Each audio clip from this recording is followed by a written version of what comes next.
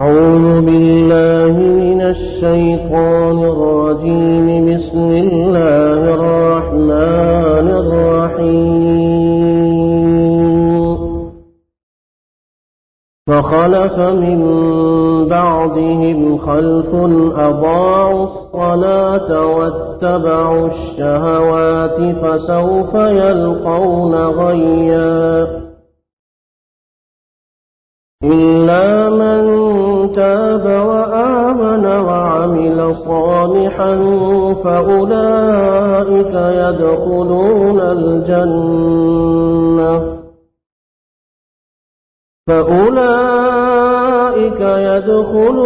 الجنة ولا يظلمون شيئا. جنات عدن التي وعد الرحمن عباده بالغيب إنه كان وعده مأتيا. لا يسمعون فيها لغوا إلا سلاما ولهم رزقهم فيها بكرة وعشيا. تلك الجنة التي نورث من عبادنا من كان تقيا. وما نتنزل إلا بأمر ربك له ما بين أيدينا وما خلفنا وما بين ذلك وما كان ربك نسيا. رب السماوات والأرض وما بينهما فاعبده واصطبر لعبادته. هل تعلم له سميا.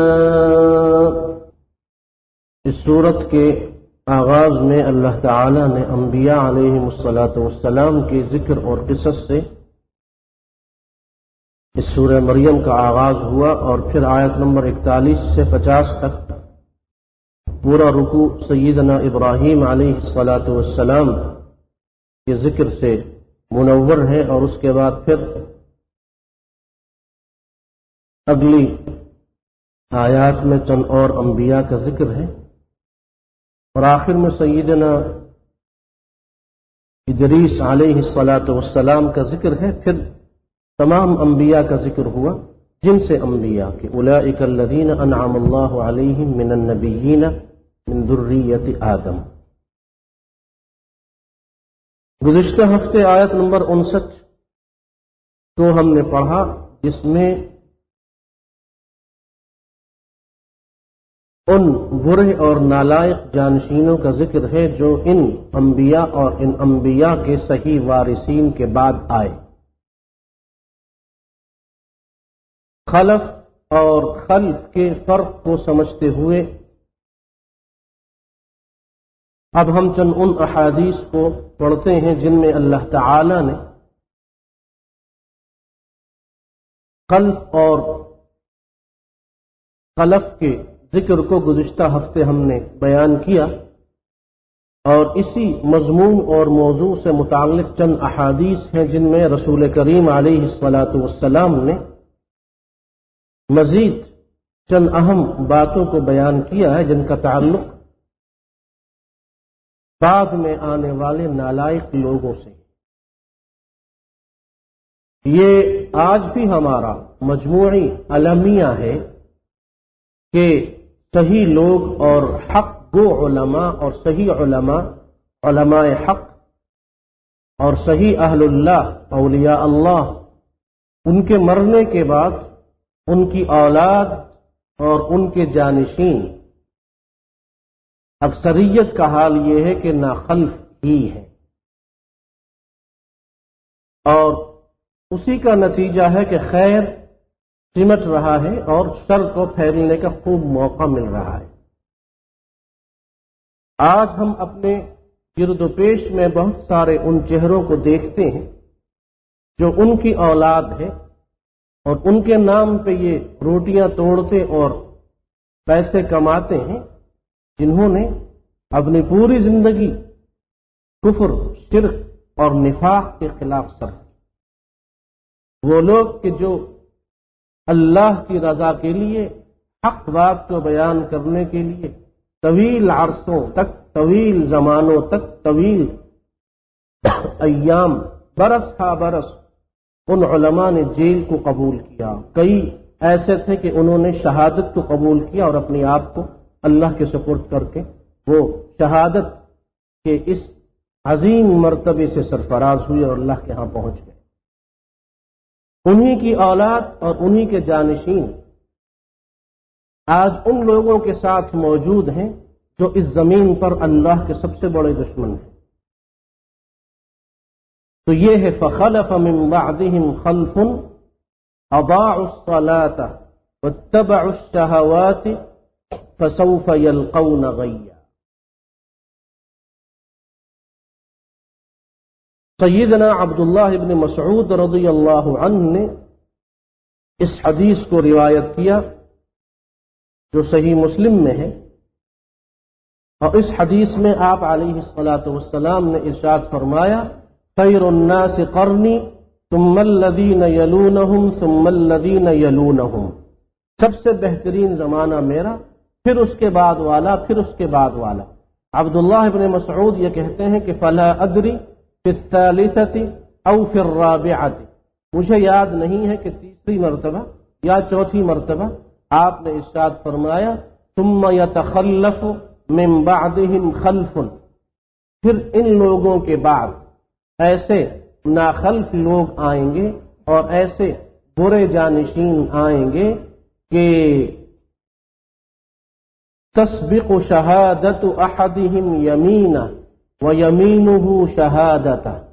ارشاد فرمایا کہ ان لوگوں کو جھوٹی گواہیاں دینے اور جھوٹی قسمیں کھانے کا اتنا شوق ہوگا کہ گواہی دینے سے پہلے ہی قسمیں کھا لیا کریں گے اور قسم کھانے سے پہلے ہی گواہی دے دیا کریں گے. اور ایک دوسری روایت میں صحیح مسلم کی ارشاد فرمایا کہ ثم یخلف قوم یحبون السمانۃ یشہدون قبل ان یستشہدوا، کہ بعد میں ایسے لوگ آئیں گے جن کی زندگی کا مقصد صرف اچھا کھانا پینا اور اچھا اوڑھنا بچھونا ہو. سمانہ سے مراد یہاں صرف ظاہری طور پہ جسم کا موٹا ہونا اور زیادہ تندرست توانا ہونا نہیں ہے، بلکہ سمانہ سے مراد یہاں دنیا کی ہر وہ ظاہری نعمت ہے جس کو حد سے زیادہ حد سے زیادہ اس کا استعمال کیا جائے اور اس کو مقصد زندگی بنا لیا جائے. اللہ تعالی نے اس لیے ہمیں دنیا میں نہیں بھیجا کہ ہم صرف کھائیں پیئیں اور صرف کپڑے پہنے اور گاڑیوں میں گھومے پھریں، اور اس کے بعد پھر ارشاد فرمائے کہ اللہ نے جس عظیم مقصد کے لیے تمہیں پیدا کیا ہے وہ اس کی عبادت ہے. اور صحیح مسلم کی ایک اور حدیث میں ارشاد فرمایا کہ ثم یکون بعدہم قوم یشہدون ولا یستشہدون ویخونون ولا یؤتمنون وینذرون ولا یوفون ویظہر فیہم السمن. ارشاد فرمایا کہ اس کے بعد ان صحیح لوگوں کے دنیا سے چلے جانے کے بعد جو برے جانشین ان کی اولادوں میں پیدا ہوں گے وہ ایسے ہوں گے کہ گواہی مانگے بغیر یہ گواہی دے دیا کریں. یعنی اس کا مقصد یہ ہے کہ یہ لوگ گواہی کے قابل نہیں ہوں گے، جھوٹی گواہی دینا عام ہو جائے گا، لوگوں میں جھوٹی گواہی دینا عام ہو جائے گا، جھوٹی قسمیں کھانا عام ہو جائے گا. وَيَخُونُونَ، اور یہ امانتوں میں خیانتیں کرنے لگیں گے. امانت میں خیانت سے مراد صرف یہ نہیں ہے کہ کسی نے آپ کے پاس کچھ پیسے رکھوائے اور اس میں امانت کرنا یہی امانت ہے اور اس میں خیانت نہ کرنا یہ امانت ہے، یا اگر کسی نے ان میں خیانت کی ہے تو یہ خیانت ہے. سب سے بڑی امانت تو اللہ نے ہر انسان کے سپرد کی ہے، اور وہ اللہ تعالی کی توحید والی امانت ہے، اس کی عبادت والی امانت۔ جس امانت کے اٹھانے سے، جس عظیم بوجھ اور عظیم امانت کے اٹھانے سے آسمانوں نے، زمینوں نے، پہاڑوں نے، سب نے انکار کر دیا۔ انکار اس طریقے پہ کیا کہ اپنا عذر پیش کیا کہ ہم اس قابل اپنے آپ کو نہیں۔ سورہ احزاب کے آخر میں ہے نا، انا عرضنا الامانۃ علی السماوات والارض والجبال فابین ان يحملنها وینذرون ولا یوفون۔ ارشاد فرمائے کہ جس چیز کا وعدہ کریں گے اسے کبھی پورا نہیں کریں گے۔ وَيَظْهَرُ فِيهِمُ السِّمَنُ، ان لوگوں میں جو چیز ظاہر ہوگی وہ صرف یہ ہوگا کہ کھانا پینا اور دنیا میں رہنا، اسی چیز کو وہ مقصد زندگی بنا لیں گے۔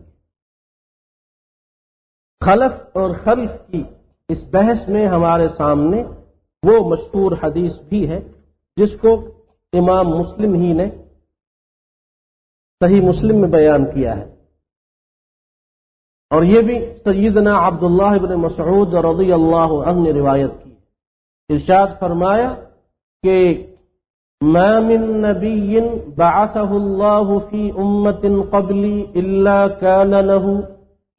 كان له من امته حواریون واصحاب یأخذون بسنته ويقتدون بامره ثم انها تخلف من بعدهم خلوف يقولون ما لا يفعلون ويفعلون ما لا يؤمرون فمن جاهدهم بيده فهو مؤمن ومن جاهدهم بلسانه فهو مؤمن ومن جاهدهم بقلبه فهو مؤمن وليس وراء ذلك من الإيمان حبة خردل۔ کوئی نبی ایسا نہیں گزرا جس کو اللہ تعالی نے ایسے اصحاب، مددگار، ساتھی، شاگرد، متبعین، اچھے ساتھی نہ دیے ہوں جنہوں نے اس نبی کی سنتوں اور ان کے طریقوں پہ عمل کیا۔ پھر ان کے بعد جو دوسرے جانشین آئے، بعد میں آنے والے نالائق لوگ پیدا ہوئے، نافرمان لوگ پیدا ہوئے، یقولون ما لا یفعلون، جو کچھ کہتے ہیں وہ کرتے نہیں۔ ہمیں اللہ نے خاص طور پہ منع کیا کہ یا ایھا الذین آمنوا لم تقولون ما لا تفعلون۔ تو یقولون ما لا یفعلون، جو کچھ کہتے ہیں اس پہ عمل نہیں کرتے۔ وَيَفْعَلُونَ مَا لَا يُؤْمَرُونَ، اور وہ کام کرتے ہیں جن کا ان کو حکم نہیں دیا گیا۔ اس سے مراد علماء نے ارشاد فرمایا کہ بدعت ہے، کہ بدعت کا حکم اللہ نے اور اس کے رسول نے نہیں دیا۔ اپنی طرف سے دین میں نئی چیزوں کو پیدا کرنا، دین میں نئی چیزوں پہ عمل کرنا، اور اس کو پھر نہ جانے کن کن ناموں سے لوگ یاد کرتے ہیں اور کیا کچھ تعویلیں کرتے ہیں، لیکن ظاہر ہے کہ حق حق ہے اور باطل باطل ہے، سچ سچ ہے، جھوٹ جھوٹ۔ جھوٹ کو، غلط کو آپ لاکھ تعویلوں کا جامہ پہنائیے، وہ کبھی جھوٹ بات وہ چھپتی نہیں ہے، ظاہر ہو کے رہتی ہے۔ وَيَفْعَلُونَ مَا لَا يُؤْمَرُونَ، اللہ نے حکم نہیں دیا، اس کے حبیب علیہ الصلاۃ والسلام نے حکم نہیں دیا، اپنی مرضی سے سب کچھ کریں۔ لیکن جہاں حکم ہوگا، اللہ کا حکم ہوگا، اس کے رسول کا حکم ہوگا، ما لا یفعلون، اس پہ عمل نہیں کریں۔ اس قسم کے لوگوں کے ساتھ برتاؤ اور سلوک کیا کیا جائے؟ ارشاد فرمایا کہ ان کو ووٹ دے کر حکمراں بنا دیا، جیسا کہ آپ لوگ کرتے ہیں، یا ان کی بیعت کر لی جائے کہ یہ ہمارے امیر ہیں، یہ ہمارے استاد ہیں، مرشد ہیں، شیخ ہیں، حضرت ہیں، بزرگ ہیں، بڑے ہیں، خاندان کا بڑا اس کو بنا دیا۔ تو فرمایا کہ اس قسم کے لوگوں کے ساتھ جو شخص ہاتھ سے جہاد کرے گا وہ بھی مومن ہے، جو زبان سے جہاد کرے گا وہ بھی مومن ہے، جو دل سے جہاد کرے گا وہ بھی مومن ہے، اور جو شخص اس قسم کے مجرموں کے ساتھ نہ زبان سے جہاد کرے، نہ ہاتھ سے جہاد کرے، نہ دل میں ان کو برا سمجھے، بلکہ ان سے دوستی کرے، ان کے ہاتھ پیر مضبوط کرے اور ان کے اوپر آنے، طاقت میں آنے، اقتدار میں آنے کا سبب بنے، ارشاد فرمایا کہ ایسے لوگ اور یہ شخص وہ ہے کہ لیس وراء ذلك من الایمان حبۃ خردل، رائی کا دانہ دیکھا، دوربین میں دیکھا جاتا ہے، چھوٹا ہوتا رائی. فرمایا کہ جو شخص اس قسم کے مجرم کے ساتھ یا اس قسم کے مجرموں کے ساتھ زبان سے بھی جہاد نہیں کرتا، ہاتھ سے بھی جہاد نہیں کرتا، دل سے بھی جہاد نہیں کرتا، اس شخص کے دل میں رائی کے برابر ایمان باقی نہیں رہا، ایمان باقی نہیں رہا. وہ ہر سال رمضان میں آ کے عمرے کرتا اور وہ کچھ بھی کرتا پھرے، لیکن اگر منافقوں اور مجرموں سے اتحاد کر لیا ہے اور ان کے خلاف جہاد نہیں کیا جا رہا تو وَلَيْسَ وَرَاءَ ذَلِكَ مِنَ الْإِيمَانِ حَبَّةُ خَرْدَلٍ، اس حدیث پہ اور اس حدیث کے الفاظ پہ اور جو کچھ کہا جا رہا ہے اس پہ کسی کو اگر شک شبہ ہو اور اس کی سمجھ شریف میں یہ بات نہ آتی ہو تو صحیح مسلم کا نسخہ لے لیں، پہلی جلد ہے، پہلی جلد میں کتاب الایمان، یہ ہے کتاب کا نام، اور باب کا نام ہے باب بیان کون النہی عن المنکر من الایمان.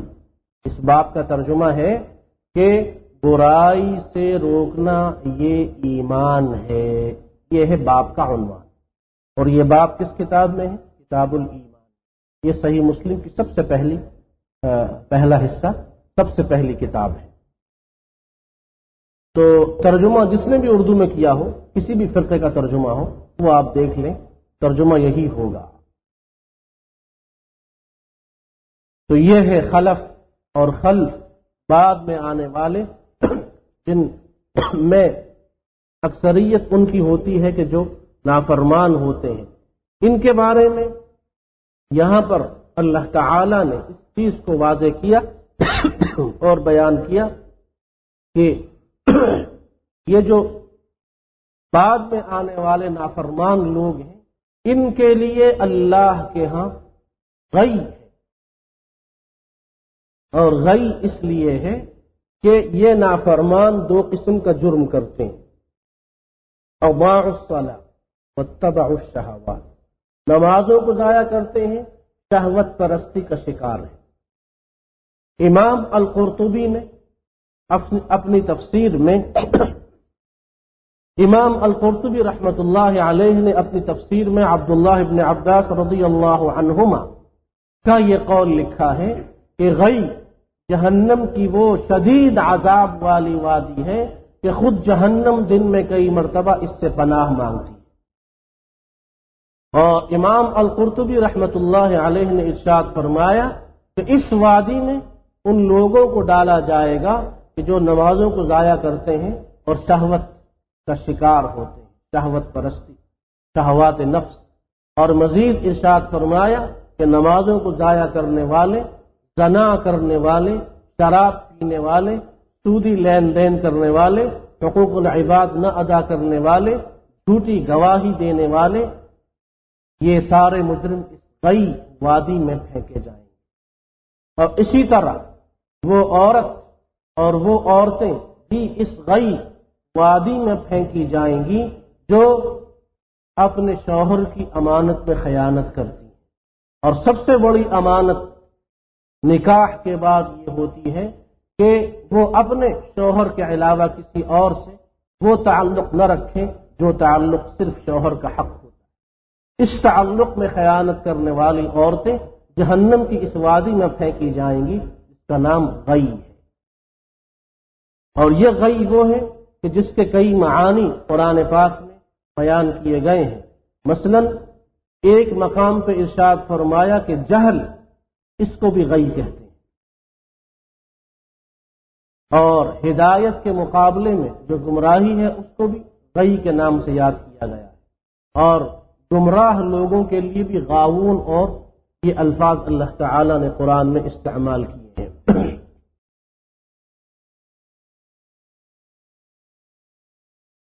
ارشاد فرمایا کہ فسوف یلقون غیا، یہ وہ لوگ ہیں جن کو اس مقام پر پھینکا جائے گا جہنم کی یہ وادی جس کا نام غی ہے.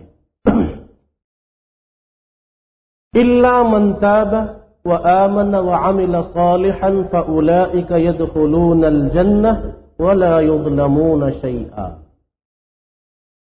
سوائے ان کے اس جہنم کی غی وادی سے بچنے والوں میں وہ لوگ شامل ہیں من تابا جس نے توبہ کر لی، وآمن اور ایمان قبول کیا، وعمل صالحا اور عمل صالح کیا، فأولئک يدخلون الجنہ یہ وہ ہیں جو جنت میں داخل ہوں گے، ولا یظلمون شیئا اور نہ ضائع کیا جائے گا ان کا کچھ اجر. جو اجر ان لوگوں کا ہوگا وہ ضائع نہیں ہو سکتا، کیونکہ الا الذین آمنوا وعملوا الصالحات فلہم اجر غیر ممنون. کبھی ختم نہ ہونے والا اجر ان لوگوں کے لیے ہے جو ایمان کے بعد اعمال صالحہ انجام دیتے ہیں. اور یہ وہ ہیں اور ان کے لیے اس جنت کا ذکر یہاں ہو رہا ہے.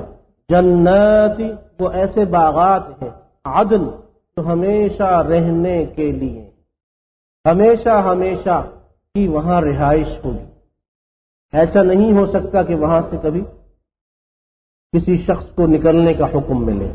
جنات عدن ایسے باغات کے جو ہمیشہ ہمیشہ کے. التی وعد الرحمن وہ جن کا وعدہ کیا ہے رحمان نے، عبادہ اپنے بندوں سے، بالغیب بن دیکھے. ان بندوں نے بن دیکھے اپنے رب پر ایمان قبول کیا. الذین یؤمنون بالغیب اس لیے ارشاد فرمائے کہ وعد الرحمن عبادہ بالغیب. انہ کان وعدہ مأتیا بے شک اس کا وعدہ ضرور آنے والا مرحلہ ہے. مأتی وہ جگہ جہاں بالآخر پہنچنا ہوتا ہے، جو منزل مقصود ہوتی ہے. انہ کان وعدہ مأتیا یہ اسم مفعول ہے، وہ جگہ جہاں بالآخر پہنچنا ہے. الا من تاب وآمن وعمل صالحا فأولئك يدخلون الجنہ. ارشاد فرمایا کہ جنت وہ ہے وعدہ مأتیا. اللہ کا وعدہ ایسا وعدہ ہے کہ اس وعدے کے ایفا کیا جانے والی جگہ پر ان لوگوں نے ضرور پہنچنا. کیوں؟ اس لیے کہ اللہ تعالی کبھی اپنے وعدے کا خلاف نہیں کرتا. انہ کان وعدہ مأتیا لا يسمعون فيها لغوا الا سلاما. یہ اہل جنت نہیں سنیں گے اس جنت میں کوئی لغو بات سوائے سلام. وہاں سلام سلام ہر طرف سے سلامتی کی آوازیں ان لوگوں کو سنائی دیں. وَلَهُمْ رِزْقُهُمْ فِيهَا بُكْرَةً وَعَشِيًّا ان کے لیے ان کا رزق ہوگا اس جنت میں صبح و شام. یہ جنات عدن یہ ہمیشہ ہمیشہ رہنے والی جگہ، اور یہ وہ مقام جس مقام پہ بالآخر ایمان والوں نے پہنچنا ہے. ارشاد فرما کہ یہ وہ جنت ہے کہ وہاں کوئی فضول اور لغو بات سننے میں نہیں آئے گی، ہر طرف سے سلامتی سلامتی. سورہ واقعہ میں ہے کہ لا يسمعون فيها لغوا ولا تأثیما الا قیلا سلاما سلاما. اور یہ وہ جگہ ہے جس کو اللہ تعالی نے دار السلام کہا ہے سورہ یونس کی آیت نمبر 25 میں اور سورہ اعراف کی آیت نمبر 127 میں. واللہ يدعو الى دار السلام لہم دار السلام عند ربهم. جنات عدن کا دوسرا نام کیا ہے؟ دار السلام. اور سورہ اعراف کی آیت نمبر 46 میں فرمایا کہ وَنَادَوْا أَصْحَابَ الْجَنَّةِ أَنْ سَلَامٌ عَلَيْكُمْ. جنت والوں کو جب پکارا جائے گا تو سلام کر کے ان سے گفتگو کی جائے. اور سورہ یونس کی آیت نمبر 10 میں ہے دعواہم فیہا سبحانک اللہم وتحیتہم فیہا سلام. اور سورہ رعد کی آیت نمبر 24 میں ہے کہ ان سے کہا جائے گا جنت میں جانے والوں سے سلام علیکم. سلام علیکم بما صبرتم، دنیا میں تم نے لوگوں کی اذیتوں، تکلیفوں اور لوگوں کی مخالفتوں، ان تمام چیزوں پہ صبر کیا، اس صبر کا بدلہ اب یہ ہے کہ سلام علیکم بما صبرتم فنعم عقبی الدار، یہ بہترین جگہ ہے ان لوگوں کے لیے جو دنیا میں صبر کرتے رہے۔ خالدین فیہا باذن ربہم تحیتہم فیہا سلام، سورہ ابراہیم کی آیت نمبر 23، اور سورہ الحجر کی آیت نمبر 46 میں فرمایا ان المتقین فی جنات وعیون ادخلوها بسلام آمنین، اور سورہ النحل کی آیت نمبر 32 میں ہے یقولون سلام علیکم ادخلوا الجنہ، اور سورہ یاسین میں ہے سلام قولا من رب الرحیم، رب رحیم کی طرف سے سلام پیش کیا جائے گا کن کے سامنے اور کن پہ؟ اس حقیر مخلوق پہ جو اللہ کی اتنی بڑی کائنات میں کچھ حیثیت نہیں رکھتی، جو بڑے بڑے کواکب اور ستارے، ایک سیارہ اور ایک ستارہ دوسرے سے کئی ملین بلین مرتبہ بڑا ہے، زمین کی وسعت کو دیکھیے اور پھر چاند کو دیکھیے، سورج کو دیکھیے اور سیاروں کو دیکھیے، اور اللہ کی یہ اتنی بڑی کائنات آسمانی کائناتوں کے مقابلے میں زمین کچھ بھی نہیں ہے، جیسے ہمیں چاند نظر آتا ہے ایسی زمین چھوٹی سی ان کو نظر آتی ہے۔ پھر اس زمین پر کتنے بڑے بڑے ملک ہیں، کتنے بڑے بڑے شہر ہیں، ان بڑے ملکوں کے مقابلے میں یہ ملک کچھ نہیں، اور جن ملکوں میں ہم رہتے ہیں وہ کچھ نہیں، اور جس شہر میں ہم رہتے ہیں یہ دنیا کے کتنے بڑے بڑے شہر ہیں، ان کے مقابلے میں یہ شہر کچھ نہیں، اور پھر اس شہر میں جتنے لوگ رہتے ہیں ان سب لوگوں کے مقابلے میں آپ کچھ نہیں، تو یہ تو صفر ہی صفر ہے، صفر ہی صفر ہے، صفر ہی صفر ہے، کچھ بھی نہیں ہے۔ انسان کی وقعت اور حقیقت یہ ہے کہ یہ تحت الصفر ہے۔ تو اتنی حقیر مخلوق اللہ فرماتا ضرب لنا مثلا ونسی خلقا قال من يحيي العظام وهي رميم، اپنی حقیقت کو بھول بیٹھا اور اللہ کے بارے میں بحث کرتا۔ تو یہ کمزور مخلوق، کمزور ترین مخلوق، اس کو اللہ اتنا بڑا، اتنا اونچا، اتنا بلند مرتبہ نصیب فرمائیں گے کہ سلام قولا من رب الرحیم یلقون فیہا تحیۃ و سلاما، اور یہ وہ جنت ہے جس جنت میں سلامتی ہی سلامتی اور سلام ہی سلام، اور مایا تلک الجنہ، یہ ہے وہ جنت التی وہ نورث من عبادنا، جس کے ہم وارث بنائیں گے اپنے بندوں میں سے، کن کو؟ من کان تقیا، ہر شخص کو نہیں، اپنے بندوں میں سے صرف ان کو کان تقیا جو اللہ سے ڈرتا رہا، متقی۔